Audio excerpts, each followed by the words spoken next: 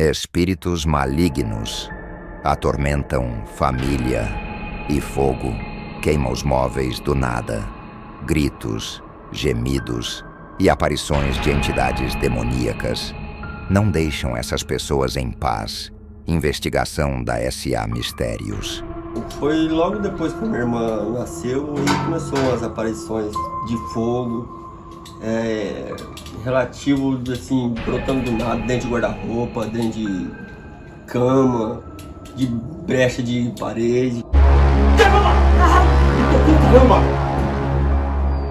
Acende a luz, acende, irmão, acende. O que foi?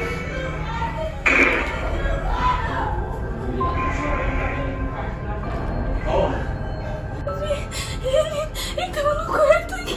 O que era?